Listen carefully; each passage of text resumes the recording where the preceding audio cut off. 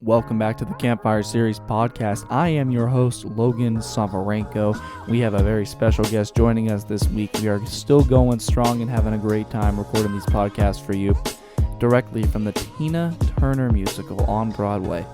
Please welcome Kayla Davion.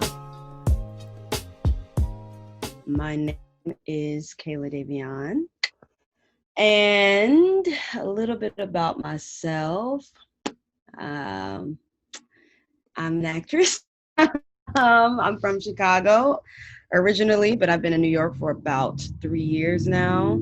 I want to say, 3 years. And yeah, I've been in 3 different Broadway shows. I was blessed enough to book Broadway right before I graduated college. So I was in, first of all, I went to Ball State University, Indiana. And yeah, when I booked Broadway, I booked Waitress, the musical. And there I made history as the first African-American woman to play Dawn, which I covered that role. And then I went on to King Kong and understudied the lead role there. And now I'm in Tina Turner, the musical, understudying the lead role there. Blessings. How did the casting process go for Waitress coming out of, or I guess during college? How did you get cast in that show?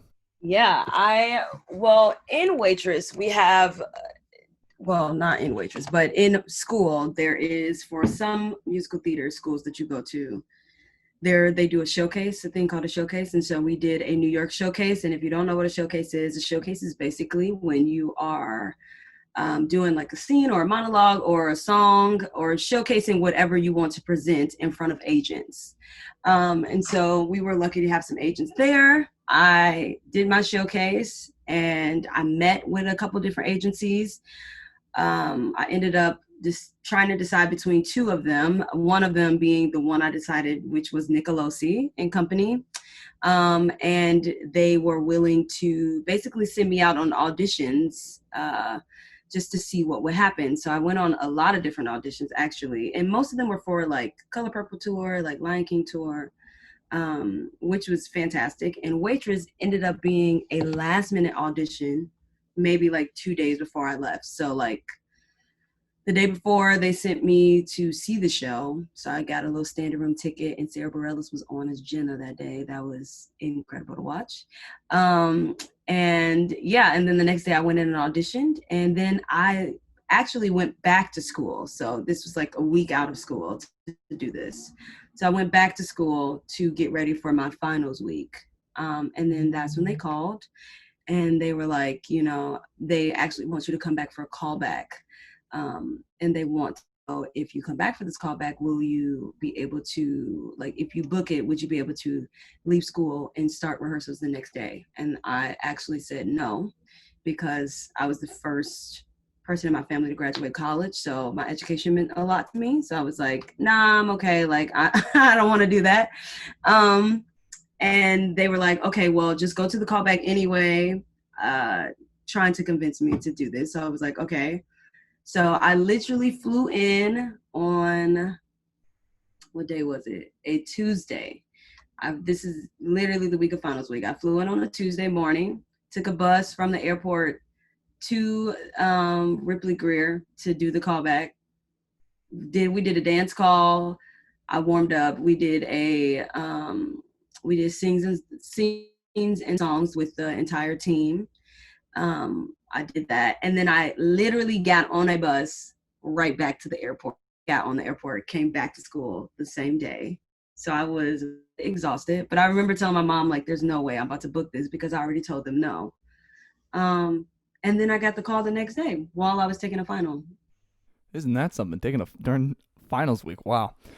What was the reception like? You mentioned the first woman of color to play Dawn. What was the reception you got from fans, and what was that exposure like as an actress?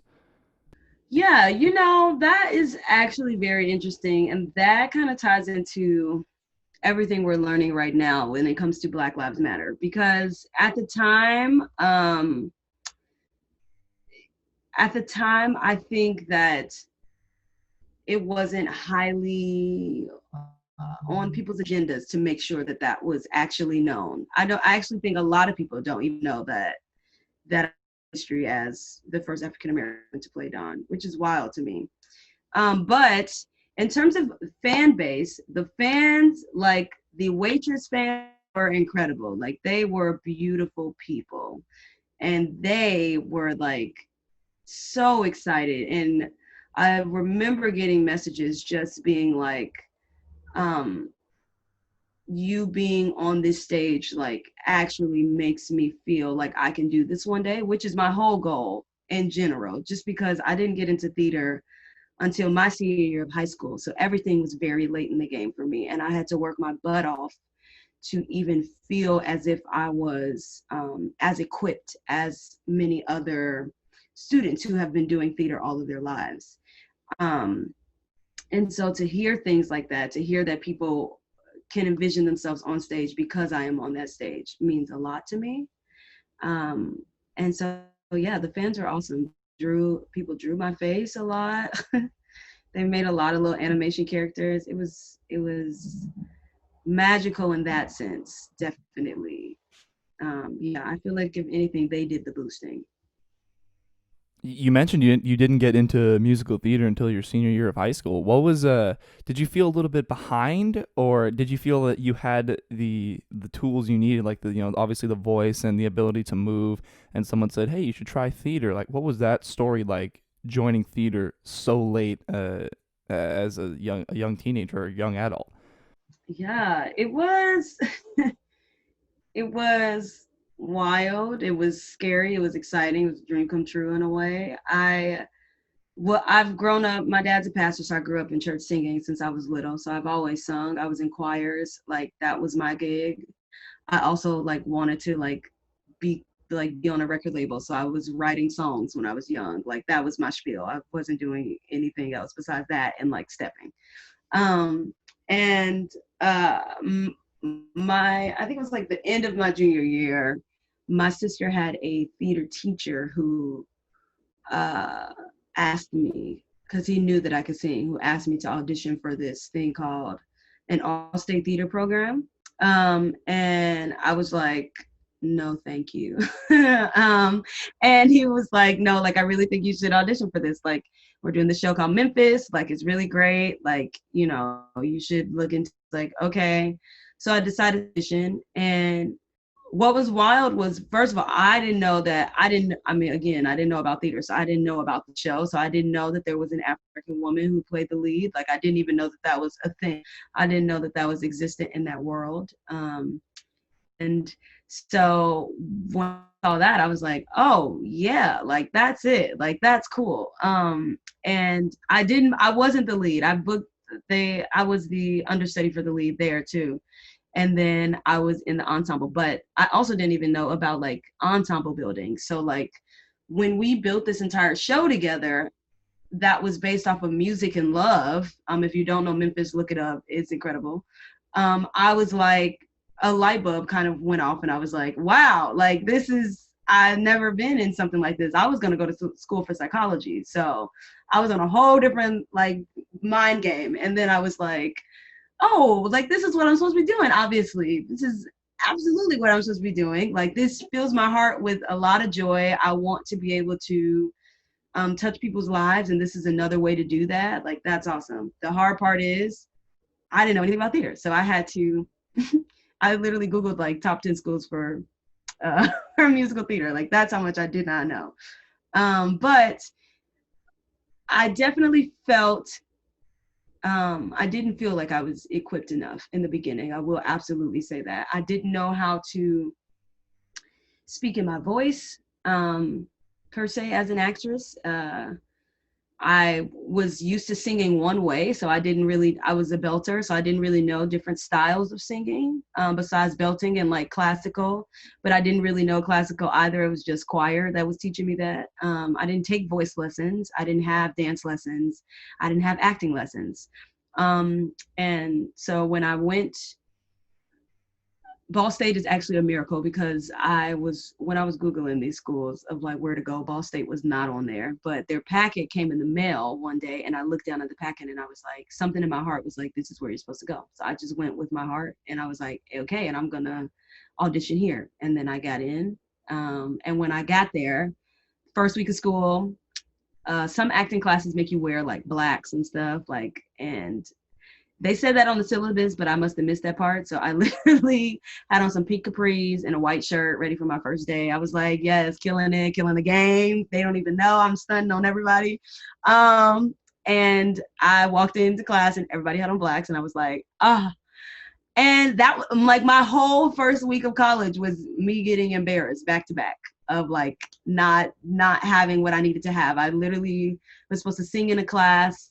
We were all supposed to sing a song in this one class, and my music was, because I didn't know how to read music at the time either. Well, I sort of kind of knew how to read music, but I wasn't like I wasn't super efficient just yet. And so I came in with like it was a different key signature. Like I was all over the place. And I remember going to this party my freshman year. This is actually kind of sad, but it's okay now. But like, I remember going to a party my freshman year, and everybody was wasted. I was not. I wasn't drinking, but one of my classmates came up to me and was like, "Yeah," and he was wasted and was like, "We've all just been talking, and we just were like, there's like."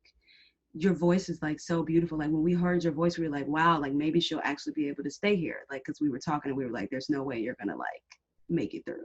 Yeah. So, and I'm sober, taking all this in. So I was like, wow. And I remember calling my mom the next day and just bawling and being like, why did I decide to do this? Like, what am I doing here? I don't know why I decided to do this. We have to go. And my mom originally was the person that was like, you need a backup plan. Like this needs to be your backup plan.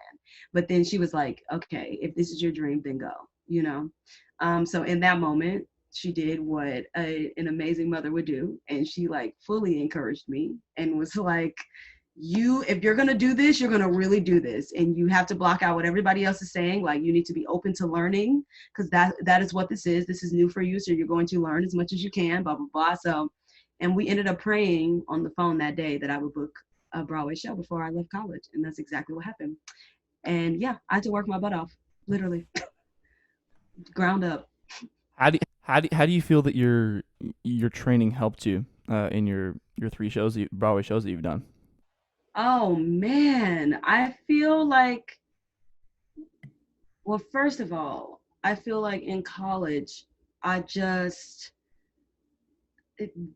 they really worked with me. Like they really saw something in me. So they just honed in on that and they taught me how to love my own voice. I always thought that when you would do theater that you are jumping into another character, but it's not you. That's what I imagined it to be. So they taught me about the character being you plus the character, and that everything stems from within, and that you find these different base points, you find the facts of the show, these things, but like it is coming from you. So you have to welcome yourself into the space. And so with that, I was just like, that was a whole new world in general. So they literally taught me how to speak in my voice, how to use my body in the space and to feel comfortable in that. They taught me different styles, like different colors to my voice so that I wouldn't lose my voice. They taught me dance training. They taught me everything. So when I got to Waitress, and stuff, it felt like I was in school again. It felt like I was learning all over again. But I will say that the training gave me so much more confidence because I felt like I at least had grounding, and I had something to stand on while I was there. Yeah, I feel like, truthfully, I feel like my training has made me who I am personally. Well, that's really inspiring hearing the kind of the roller coaster ride that you have through college and kind of just getting your career launched. It's not always easy. But with that being said, you've been in a couple of shows. From after Waitress, you went to King Kong, and you were an understudy. And I think us in the theater industry, we have so much appreciation for our swings and our understudies. What was it like being an understudy in King Kong? Oh man, fun. It was a lot. It was a lot of things. It was a lot of things. It was a lot dealing with the character. How do you because there we did get a lot of backlash in the beginning about there being an African American woman playing this lead role.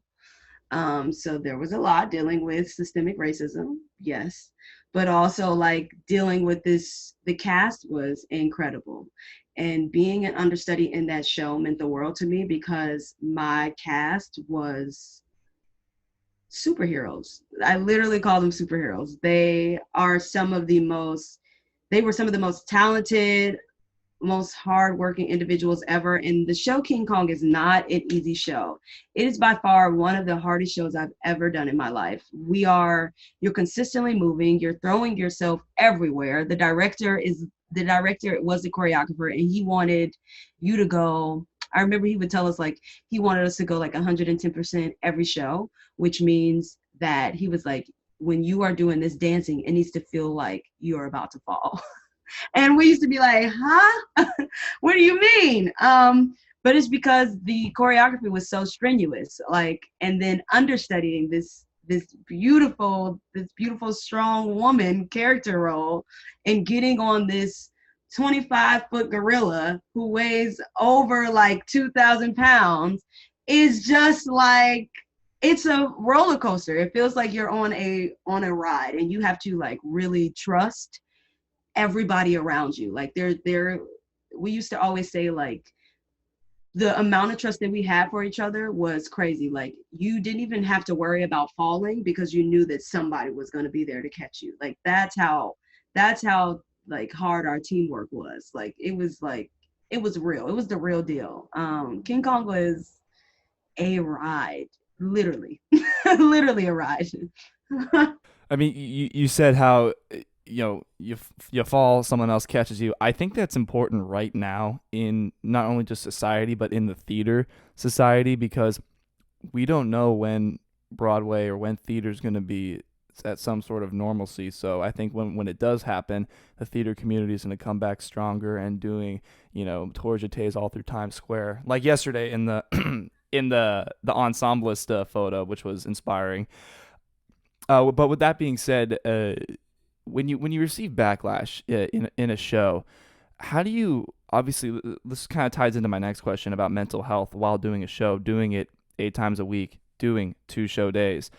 What are some ways you keep yourself mentally strong and physically strong, but also when it came to King Kong and you were getting backlash toward the beginning, like while in previews and then toward opening, how did you deal with that to make sure that you were happy with yourself and the whole cast was like, hey, we have something pretty special here. We hope you guys enjoy it. You know what I mean? Enjoy it. You know what I mean? Yeah. Yeah. Yeah. That heavy. Well, first of all, keeping myself physically for a while, I stopped going to the gym because I was like, this show is so hard that like I feel like this is like a full workout. But then I was like, oh no, like I need to go to the gym. So physically, I was still going to the gym, and making sure I was maintaining my body so that when I was on stage, I would be able to actually like succeed in the show and not fall over.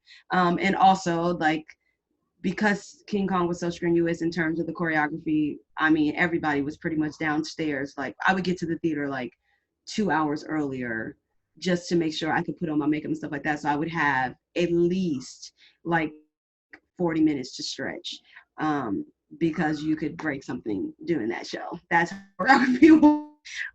So that was that physically.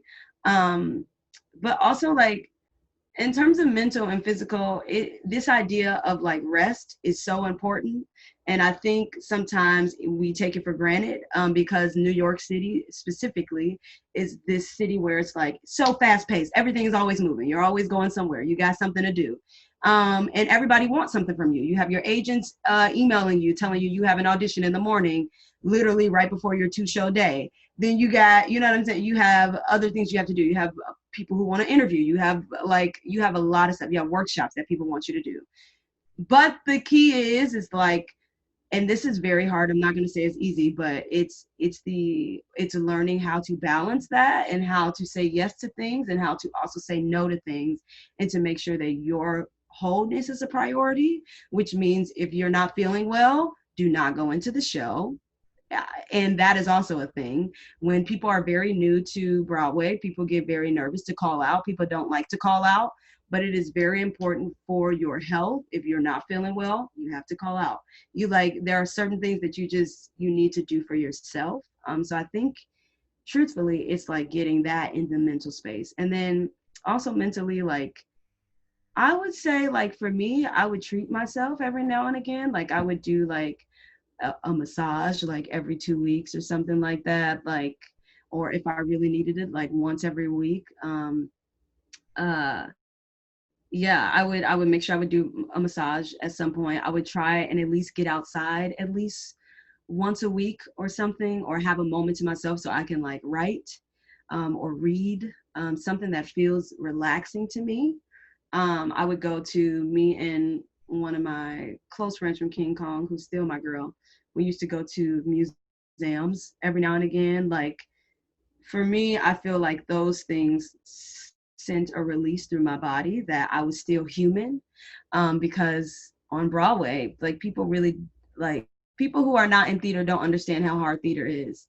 And Broadway it's hard. Any theater in general to a professional level is hard, and they ask a lot of you. And 8 shows a week is a lot. And you're exhausted, but you need to find moments where you can feel human, so that you don't just feel like it's work and then sleep, work, then sleep.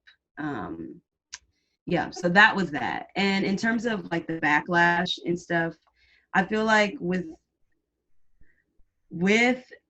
our company specifically, we dealt with that by just remembering why we were doing what we were doing, like what was the story that we were telling. And we reminded each other of that every day. We used to do this thing before we would start the show where we would do a circle up.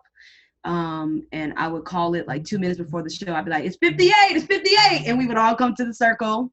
And we would like do some kind of like thing together where we would like pray or something like that for those who wanted to pray. And then one person would basically yell out what they were most grateful for that day. And something that we should remember during the show. And just even that was a reminder that, like, regardless of the backlash, like, we're here, we're doing this work, we're doing this job, this is our passion. And even there are always going to be people who are going to give you backlash, but it's remembering to hear what they're saying, but to also remember the lives that you're touching in the midst of it. And so, yeah. So you're currently in the Tina Turner musical on Broadway. First of all, I watched the Macy's Thanksgiving Day Parade performance. That's when I fell in love with the show, and I was planning on seeing it this summer, but COVID hit. But tell us a little bit about your journey with that show thus far. Yeah, Tina's been a remarkable journey. I've never been in a jukebox musical. I've never been in a bio musical at all. So this was very new.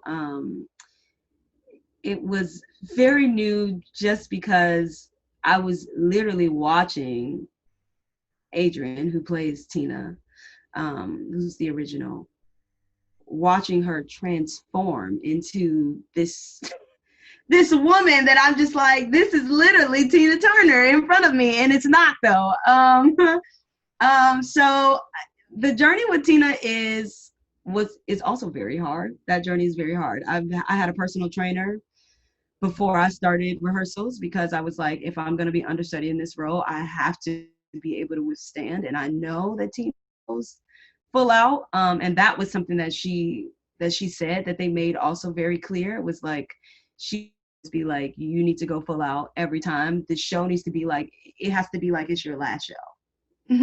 Which, how do you maintain that and sustain that on Broadway? So it was like trying to figure out the tricks and trades of like, how do we go full out, but also take care of our bodies and our voices, because she's also what? A full rock star, who literally is screaming to the top of her lungs, um, 26 songs in a row.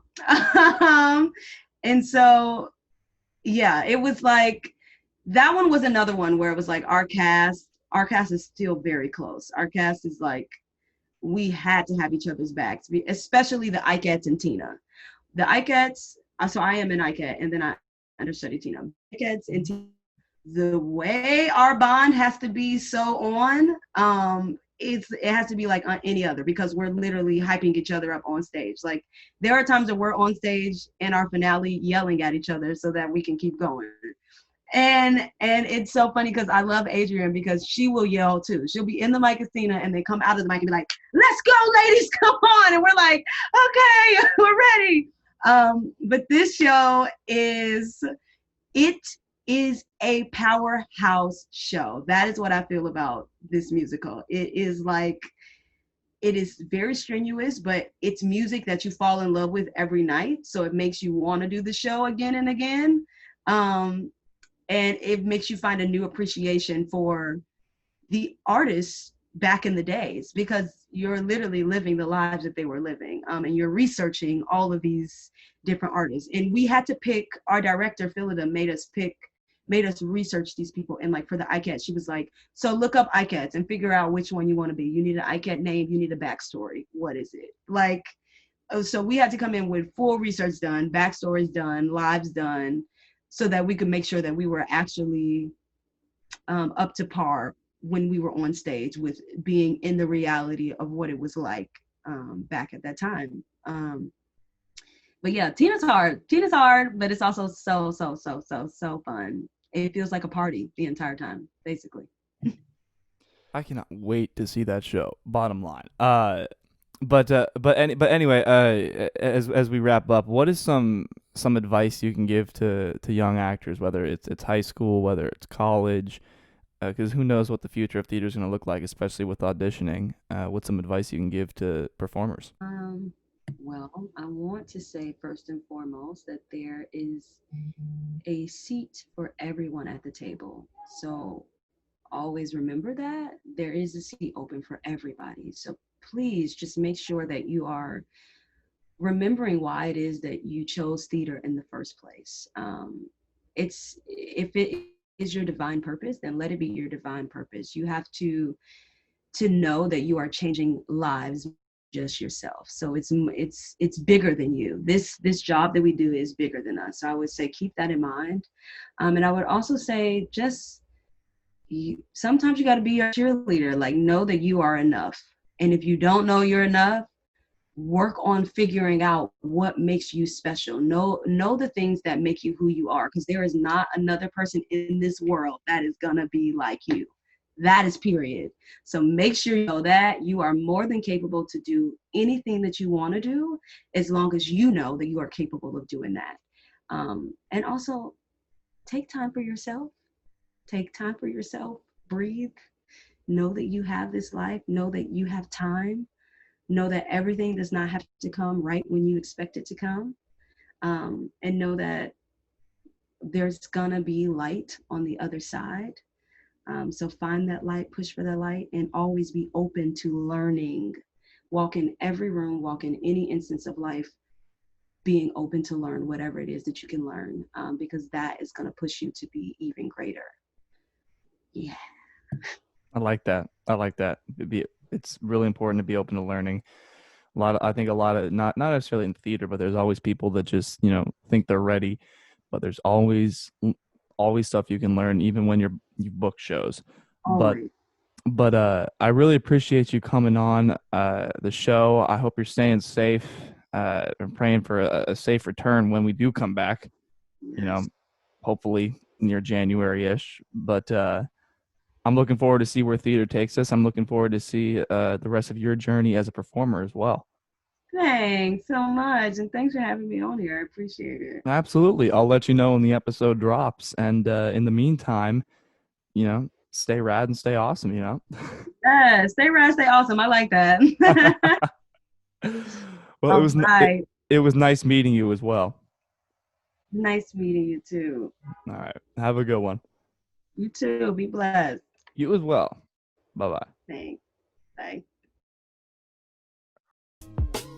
Thank you guys so much for tuning into this week's episode. Be sure to check us out on YouTube, Apple Podcasts, and Spotify. Follow us on Instagram at Campfire Series Podcast for awesome updates and just a good time. We'll see you next week. I'm Logan Soforenko, signing off.